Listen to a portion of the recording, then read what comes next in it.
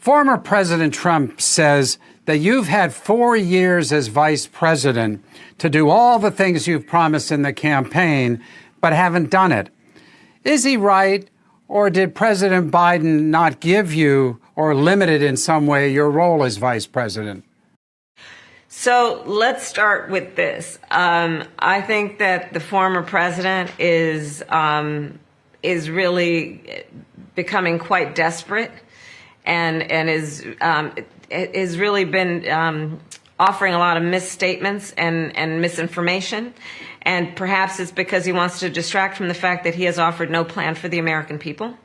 I have talked about this before. I invite you to go to his rallies, and what you'll hear about full time is him talking about himself and his personal grievances, but what you won't hear him talking about is you and the needs that you have as a working person, as a family person.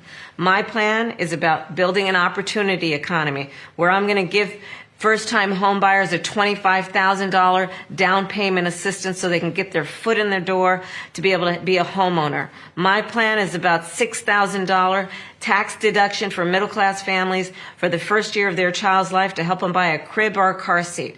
My plan is about getting a $50,000 tax deduction to start up businesses, to our small businesses, knowing that they are part of the backbone of America's economy. Those are my plans. And I think that, unfortunately, what we've got on the other side is someone who wants to distract from the fact that his plan is about giving billionaires and big corporations a tax break like he did the last time and doing that again. And the federal relief and assistance that we have been providing has included FEMA providing $750 for folks who need immediate needs being met, such as food, baby formula, and the like. And you can apply now for anyone who's watching this who has been affected. Wanted to ask you, there's a political ad on TV from a 2019 Climate Hall town meeting that you had, in which you basically said, quote, "There's no question I'm in favor of banning fracking," unquote. The ad claims that if you're elected president, you will ban fracking and you will cost Pennsylvania over 300,000 jobs. Have you changed your view on fracking? And if so, why? So let me start by saying that that ad, as you described it, is absolutely a mischaracterization that I think is intended to make people afraid of my presidency. Let me be absolutely clear, as I've been when I said it back in 2020. I will not ban fracking. I did not as vice president. In fact, I cast the tie-breaking vote to open up more fracking leases.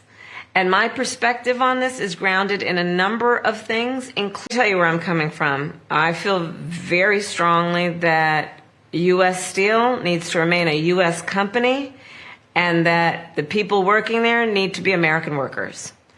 And I think that is also why I am proud, and I do have the support of the Steelworkers Union, because I just think that when you think about it in terms of a historic American industry, not to mention what it means for the workforce and the economy of Pittsburgh, of Pennsylvania, but also from a national security perspective, it is important that we have U.S. manufacturing of U.S. steel.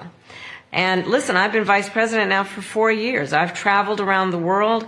I start my day every day being briefed on hotspots around the world and threats to our national security. When I think about the importance of supporting U.S. workers and U.S. steel, it is through the lens of not only what we should do to protect that workforce, but what we should do to protect U.S. and American interests.